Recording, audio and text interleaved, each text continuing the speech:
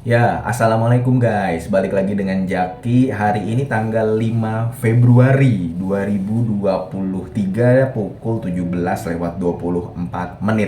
Dan kita akan bahas IPCM guys. IPCM ini adalah salah satu saham yang di-request oleh teman kita di YouTube. Dan kalau sebelumnya sudah membahas IPCC, sekarang IPCM.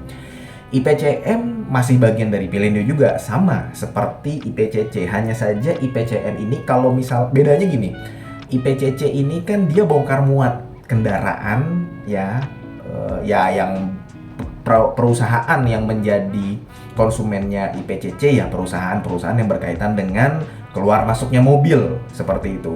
Kalau IPCM dia lebih ke arah pelayanan jasa kapal. Jadi Pelindo itu ada dua usahanya, pelayanan jasa kapal dan pelayanan jasa penumpang serta barang.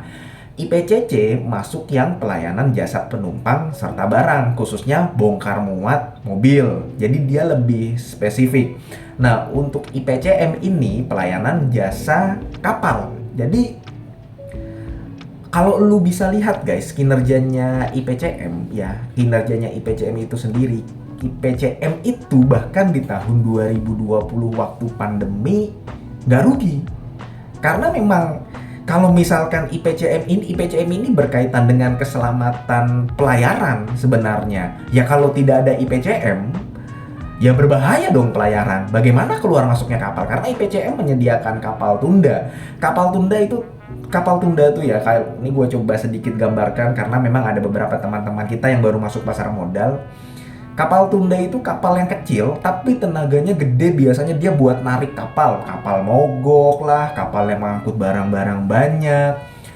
Biasanya tenaganya itu bisa 1.000 tenaga kuda, 3.000 tenaga kuda. Kalau mobil itu kan biasanya 1.000 tenaga kuda ya, mobil F1 gitu ya, mobil rata-rata berapa sih? Tapi kalau misalkan kapal tunda, apalagi yang di perairan laut lepas, itu bisa 25.000 tenaga kuda. Jadi tenaganya gede padahal kapalnya kecil, mesinnya tuh gede. Dia bisa digunakan untuk menarik kapal yang besar. Jadi ini kinerjanya lebih stabil daripada IPCC. Kalau IPCC kemarin ya dipengaruhi sama supply and demand, permintaan mobil, keluar masuknya mobil, bongkar muat mobil.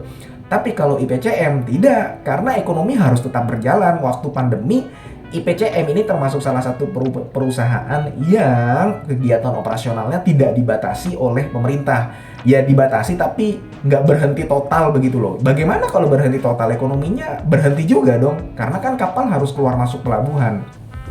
Dan pendapatannya sama, masih paling besar di Tanjung Priuk di Jakarta Utara itu sendiri. Karena memang yang paling ramai di Indonesia ya guys ya.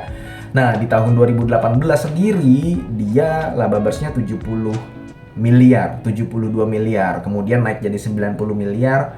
Di tahun 2020 tidak terlalu berdampak signifikan pandemi, masih untung 80 miliar. Kemudian 2021 ketika pandemi sudah mulai selesai, sudah mulai teratasi, dia laba bersihnya 136 miliar. Sama, di tahun 2022 pun 37 miliar kuartal pertama, kemudian kuartal kedua 64 miliar, kemudian kuartal ketiga 101 miliar. Bisa jadi nanti di kuartal keempat tahun penuh, ya lebih dari tahun 2021 itu sendiri. Pun dengan ekuitasnya memang meningkat tapi tidak terlalu signifikan. Hal ini berkaitan dengan si IPCM memang selalu membagikan dividen payout ratio yang jumbo dan sama seperti IPCC. Banyak investor yang masuk ke IPCM ini karena melihat bahwa dividen payout rasionya jumbo dan lumayan royal, dia rutin membagikan dividen. Nah, kemudian bagaimana prospeknya? Prospeknya sama seperti IPCC, dia kan spesialisasi. IPCM juga spesialisasi, dia lebih ke arah pelabuhan. Jadi bagaimana proyeksinya supaya si IPCM dan IPCC, terutama IPCM ini makin meningkat kinerjanya? Ya salah satunya dengan perluasan pasar. Perluasan pasar bagaimana? Kalau misalkan nanti di Kalimantan, di Sulawesi, karena kan dia nggak beroperasi di Tanjung Priok aja ya, walaupun yang paling besar di Jakarta Utara itu. Kemudian di Sumatera, kemudian di Bayah, di Jawa Selatan situ, Banten Selatan juga ada dia pengoperasiannya.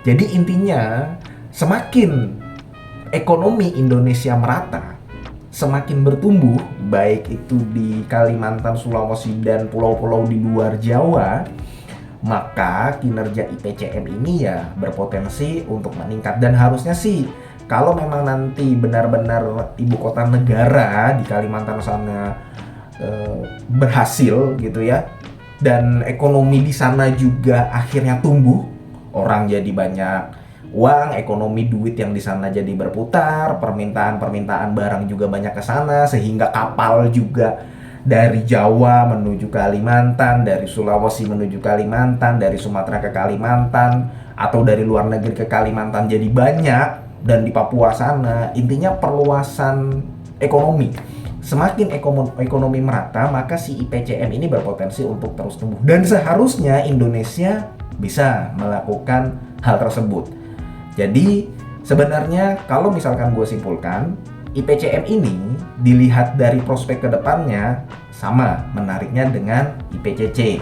IPCC juga menarik kan, kalau misalkan ada mobil, ya mobil kan nggak berhenti di mobil BBM saja, bisa jadi nanti ada mobil listrik gitu. Intinya seperti itu. Nah, kalau misalkan IPCM ini berapa harga wajarnya? Harga wajarnya kalau gue hitung itu ada di angka 354. Saat ini harga IPCM itu ada di angka 272. Berarti best buy-nya berapa? Best buy-nya itu lu bisa coba masuk di angka 177. Jadi begini guys, bukan berarti gue mengatakan best buy di angka 177 nanti sahamnya akan turun ke 177. Belum tentu. Itu hanya gambaran saja karena gue menggunakan margin of safety 50%. Dan dilihat dari IPCM ini, dia perusahaan yang industrinya tidak terlalu beresiko, berbeda dengan batubara. Misalkan begini, harga PTBA wajarnya itu di angka 7.500-an. Berarti base buy-nya di angka 3.500-an. Harga ITMG itu harga wajarnya 60.000 misalkan. Base buy-nya berarti 30.000, kita menggunakan margin of safety 50%. Tapi kalau misalkan IPCM nggak perlu menggunakan margin of safety 50% pun tidak masalah.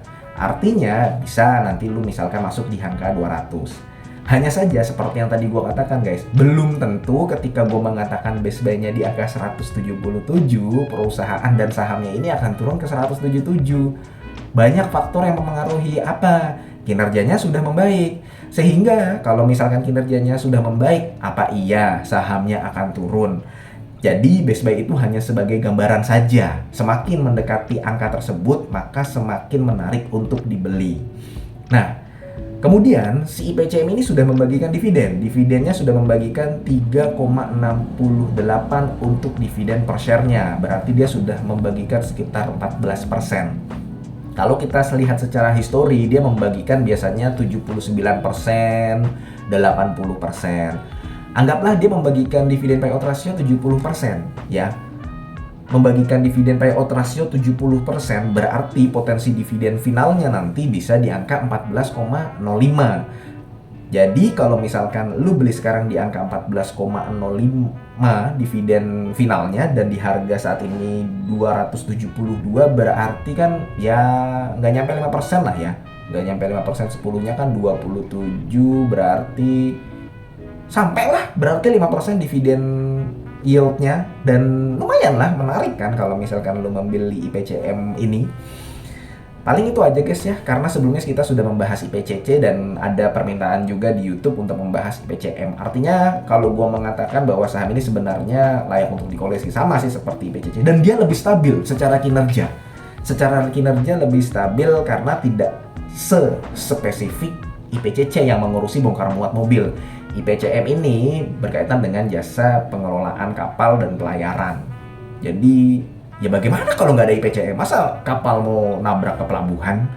Gitu, nggak ada yang parkirin, kemudian nggak ada yang memandu, kan repot urusannya.